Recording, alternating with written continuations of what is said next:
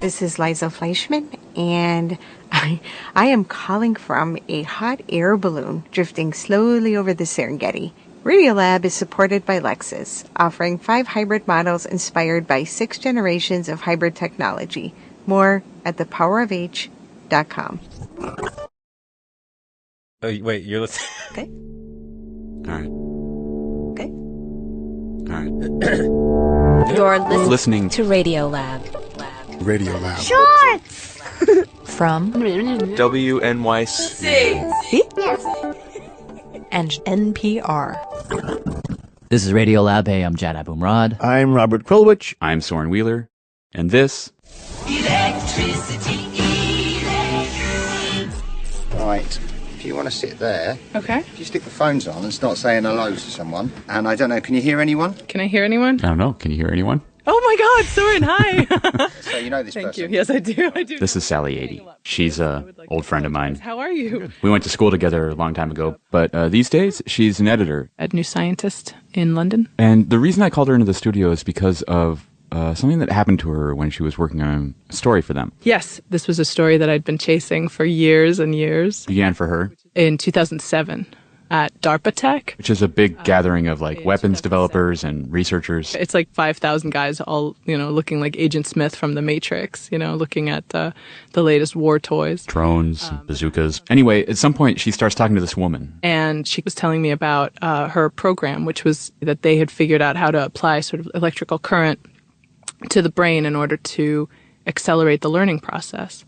And I was like, no So what Sally had stumbled into was something called TDCS, stands for transcranial direct current stimulation. The idea is you take a couple little electrodes, you place them on your scalp, connected with wires to a battery, you send a little bit of electricity into your brain, and then all kinds of things happen, if you believe the claims. But for Sally, it started with a casual afternoon of sniper training.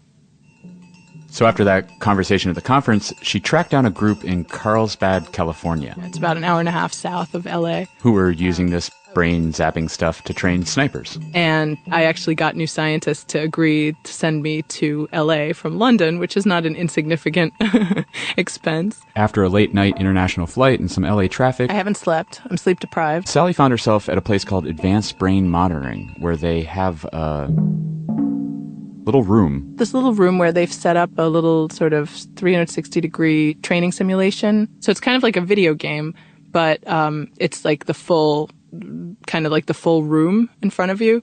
And like the whole wall is a screen? Yes. Not only that, she says, but all around you in this room are these props. You're behind real sandbags. In proper position. They teach you how to hold the rifle properly. And the rifle, except for the fact that it shoots blanks, is basically the real deal. Yeah, and then it's got a laser sight. And they tell her, okay, before we do this brain stimulation thing, we're actually going to have you do some training without it. So they get her all set up, they put her behind the sandbags, and they hit go.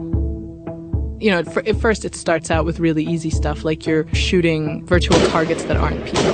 Then it's realistic. You get the kickback from the CO2 cartridge, and then you get this like ding sound from when you hit, the virtual metal target. And then it starts getting harder. So there's people instead of targets, and then more and more people. Until the highest level is you are at a checkpoint, like an Iraqi checkpoint, and everything's fine, and then all of a sudden the Humvee in front of you blows up. And then from all over the place, dozens of people in suicide bomb vests start running at you with their rifles, shooting you. And I'm just being blown the f*** up. I can't make the decisions fast enough. She said there were just too many of them. She couldn't figure out who to shoot first. It was so, oh God, and I was so tired, and I was so jet lagged, and I was so bad at it. And it's funny because you think like, oh, whatever, that's a video game, but it's amazing how stressful that gets. And at a certain point, the stress started getting to her. I was like, all right, stop. Let's just end this. She started thinking like, what the hell am I doing here anyway? Like, oh my God, this isn't going to be a story. And really, you just flew out to California for this?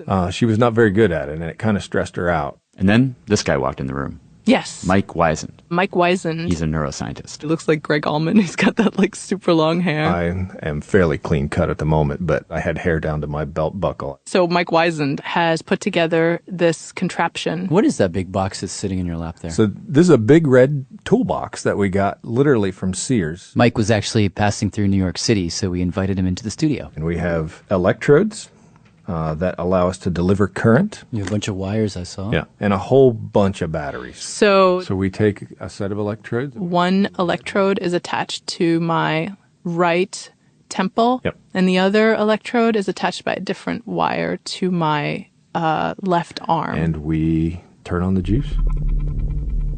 Did it hurt? It wasn't so much that. I suddenly tasted metal in my mouth. It tasted like I had licked the inside of an aluminum can.